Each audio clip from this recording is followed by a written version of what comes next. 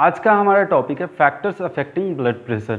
अभी तक हम लोग वाइटल साइंस के अंदर बॉडी टेम्परेचर, पल्स, रेस्पिरेशन और ब्लड प्रेशर पढ़ रहे थे। तो ब्लड प्रेशर के अंदर हम नेक्स्ट टॉपिक क्या डील करने जा रहे हैं, फैक्टर्स अफेक्टिंग ब्लड प्रेशर। ऐसे कौन कौन से फैक्टर्स हैं जो कि डायरेक्टली और इनडायरेक्टली ब्लड प्रेशर पे अफेक्ट डालते हैं या उसमें चेंजेस ला सकते हैं। ठीक है, अब नेक्स्ट इसमें हमारा पहला फैक्टर्स आ जाता है एज।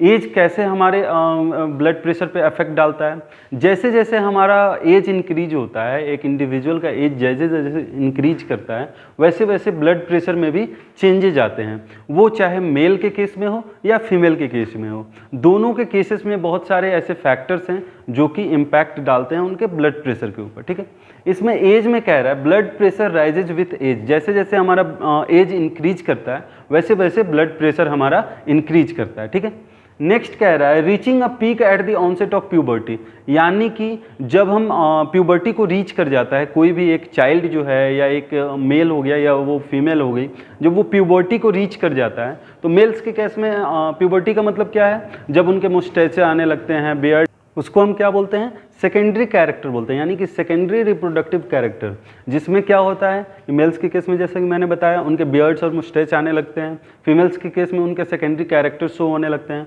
उनका मेंस्ट्रुएशन स्टार्ट हो जाता है, उनको जिसको हम मेनार्की बोलते हैं, और भी उनके अंदर सेकेंडरी ऐसे कैरेक्टर शो होने लगते हैं जिसके वजह से हम बोल सकते हैं कि वो प्यूबर्टी को रीच कर चुके हैं या प्यूबर्टी रीच करने के चलते उनके अंदर ये सेकेंडरी कैरेक्टर शो हो रहे हैं। ठीक है, नेक्स्ट इसमें कह रहा है देन टेंड्स टू डिक्लाइन। जैसे मैंने बताया इसमें प्यूबर्टी तक वो इंक्रीज करता है, यानी कि पीक लेवल पर तक चला जाता है, यानी कि सबसे हाईएस्ट ब्लड प्रेशर जो देखा जाता है वो प्यूबर्टी के टाइम पे देखा जाता है। उसके बाद क्या होता है, ये धीरे धीरे डिक्लाइन करने लगते हैं, धीरे धीरे ये कम होने लगते हैं। इसमें नेक्स्ट पॉइंट कह रहा है in elders elasticity of arteries diseased and the arteries are more rigid, यानी कि एल्डर्स के केस में क्या होता है, उनके जो आर्टरीज हैं, ब्लड वेसल्स हैं, उनकी इलास्टिसिटी कम हो जाती है, उनके अंदर का टेंशन कम हो जाता है, यानी कि जो स्ट्रेंथ होता है आर्टरीज के अंदर वो उनकी कम हो जाती है, जिसकी वजह से उनके आर्टरीज रिजिड हो जाते हैं और कठोर टाइप के हो जाते हैं। अगर उनके अंदर इलास्टिसिटी ही नहीं होगी तो उसमें ब्लड्स बहुत ही कंप्रेस वे में वहाँ से फ्लो करेगा, यानी कि उस पर ज़्यादा प्रेशर पड़ेगा। ठीक है, नेक्स्ट इसमें कह रहा है this produces an elevated systolic and diastolic pressure, जिसके वजह से क्या होता है, अगर वो आर्टरीज जिस आर्टरीज से ब्लड को पास करना है, फ्लो करना है, अगर वही रिजिड हो जाता है, एग्जाम्पल के तौर पे आप ले लें जैसे कोई पाइप है। ठीक है, पाइप के अंदर अगर वो ठंडी के दिनों में आप देखते हैं तो वो पाइप थोड़ा सा करक हो जाता है। ठीक है, एग्जाम्पल के तौर पे मैं बता रहा हूँ। तो उसमें जब आप पानी पास करेंगे ना, जब मोटर आप स्टार्ट करते हैं तो जब पानी उसमें प्रेशर से जाता है तो उस पर ज़्यादा प्रेशर क्रिएट होता है, क्योंकि उसकी इलास्टिसिटी कम हो जाती है ठंडी के दिनों में, क्योंकि वो सिकुड़ा हुआ सा रह जाता है। ठीक है, ऐसे ही अगर हम ब्लड वेसल्स की बात करें तो उसकी इलास्टिसिटी लूज होने के कारण वो हार्ड हो जाता है, जिसमें कि ब्लड अगर पास करता है तो वो ज़्यादा प्रेशर एक्सर्ट करता है, क्योंकि उसका जो डायमीटर है वो उतना मतलब स्ट्रेच नहीं कर पाता है, जिसकी वजह से कि सिस्टोलिक एंड डायस्टोलिक प्रेशर दोनों इंक्रीज करता है। ठीक है, नेक्स्ट हमारा फैक्टर्स आता है एक्सरसाइज। एज के बारे में हमने बात कर लिया, अब एक्सरसाइज के बारे में बात करेंगे। एक्सरसाइज कैसे हमारे ब्लड प्रेशर को इंक्रीज करता है या डिक्रीज करता है उसके बारे में बात करेंगे। Physical activity increases the cardiac output and hence the blood pressure.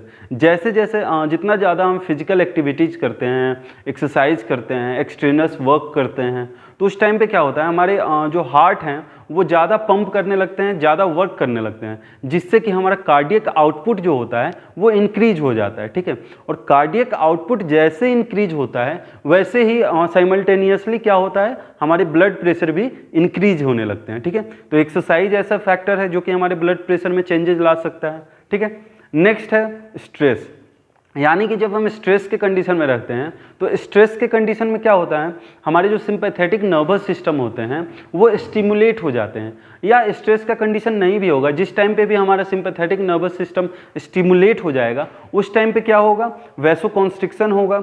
ठीक है, कार्डियक आउटपुट हमारा क्या होगा, वहाँ पे इंक्रीज हो जाएगा, यानी कि stimulation of sympathetic nervous system increases cardiac output and vasoconstriction.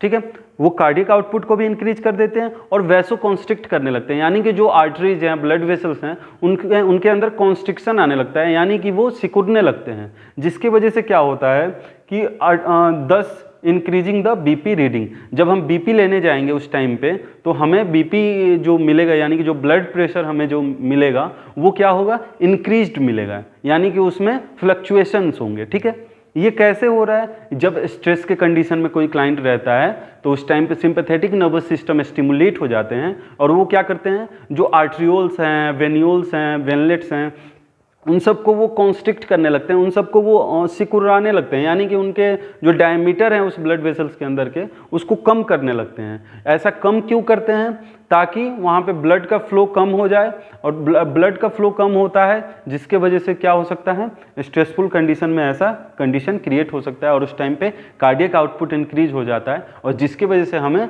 Blood pressure increase मिलता है। हम जो बीपी रीडिंग करने जाते हैं, ब्लड प्रेशर लेने जाते हैं, उस टाइम पे बीपी इंक्रीज होता है। ठीक है, नेक्स्ट हमारा फैक्टर आ जाता है रेस।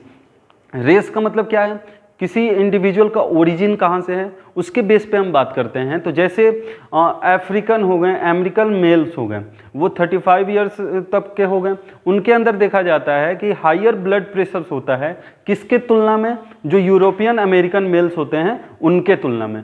अगर हम African male, American and African males को एक साइड रखें और यूरोपियन अमेरिकन मेल्स को एक साइड रखें तो दोनों का अगर एज हम सेम कर दें 35 ईयर्स, तो दोनों का जो बीपी जो होगा ना वो अलग अलग होगा, क्योंकि इनमें ज़्यादा देखा जाएगा अफ्रीकन और अमेरिकन रेस में, क्योंकि वो ऐसे जगह से बिलोंग करते हैं जहाँ पे उनका ब्लड प्रेशर इंक्रीज रहेगा। ठीक है, नेक्स्ट किसके तुलना में यह है, यूरोपियन अमेरिकन मेल्स के तुलना में अगर सेम एज होगा उसके बावजूद भी इनमें ब्लड प्रेशर ज़्यादा देखा जाएगा, यानी कि इंडिविजुअल के ओरिजिन के बेस पे भी हम बता सकते हैं कि किस इंडिविजुअल का बीपी हाई रहेगा, किस इंडिविजुअल का बीपी लो रहेगा या नॉर्मल रहेगा। ठीक है, तो जैसे कि एग्जांपल हम लोगों ने ले लिया। अच्छा, इस कंडीशन में जैसे हम अभी इसके पहले बात कर रहे थे स्ट्रेस वाले कंडीशन में, स्ट्रेस वाले कंडीशन में क्या था, सिंपैथेटिक नर्वस सिस्टम वहाँ पे स्टिमुलेट हो जाता है।